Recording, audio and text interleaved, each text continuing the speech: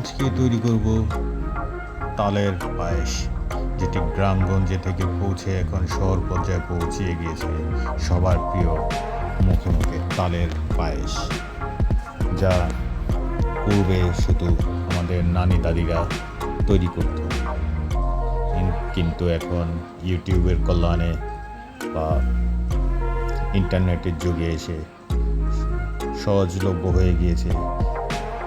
সহজলভ্য বলতে মানুষ এখন ভিডিও থেকে দেখে দেখে এই মজাদার পায়েসটি তৈরি করে ফেলতে পারে।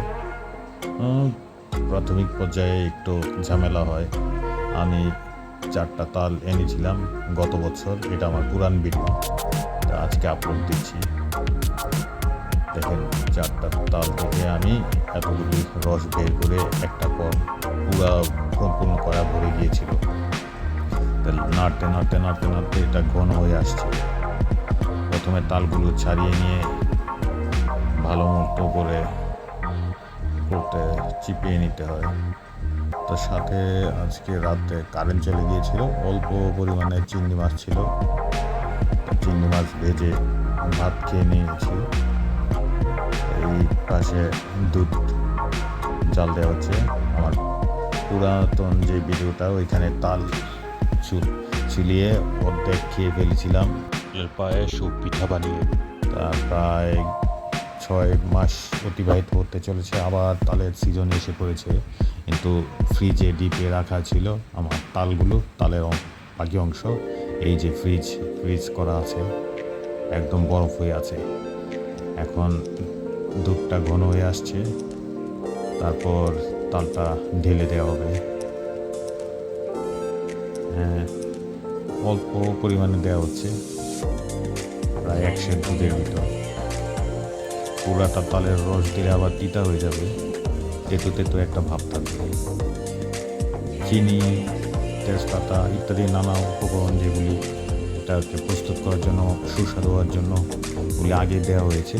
শুধু তালটা দুধ জাল দিতে দিতে এখন তালটা ছেড়ে দেওয়া হলো। এখন কয়েক মিনিট বলতে 10 মিনিট 15 মিনিট আমাদের একটু অপেক্ষা করে এটাকে নাড়তে হবে। অল্প আছে যতক্ষণ পর্যন্ত এটা ঘন হয়ে আসে। প্রায় ঘন হয়ে আসছে, দেখা যাচ্ছে। কারেন্টের অনেক সমস্যা বর্তমানে, তাই মোবাইলে লাইট দিয়ে ধরে আমি ভিডিওটা করলাম। আমার ওয়াইফ তালের সাহায্য করছে, সাহায্যকারী হিসেবে তালের পায়েসে সে নেড়ে টেড়ে দিচ্ছে, আমি শুধু ভিডিও করছি। হ্যাঁ, প্রায় ঘন হয়ে আসছে। আমি একটু পর এসে তর সইছে না আমার, কখন খাবো, একটু পরে এসে দেখে যাচ্ছি।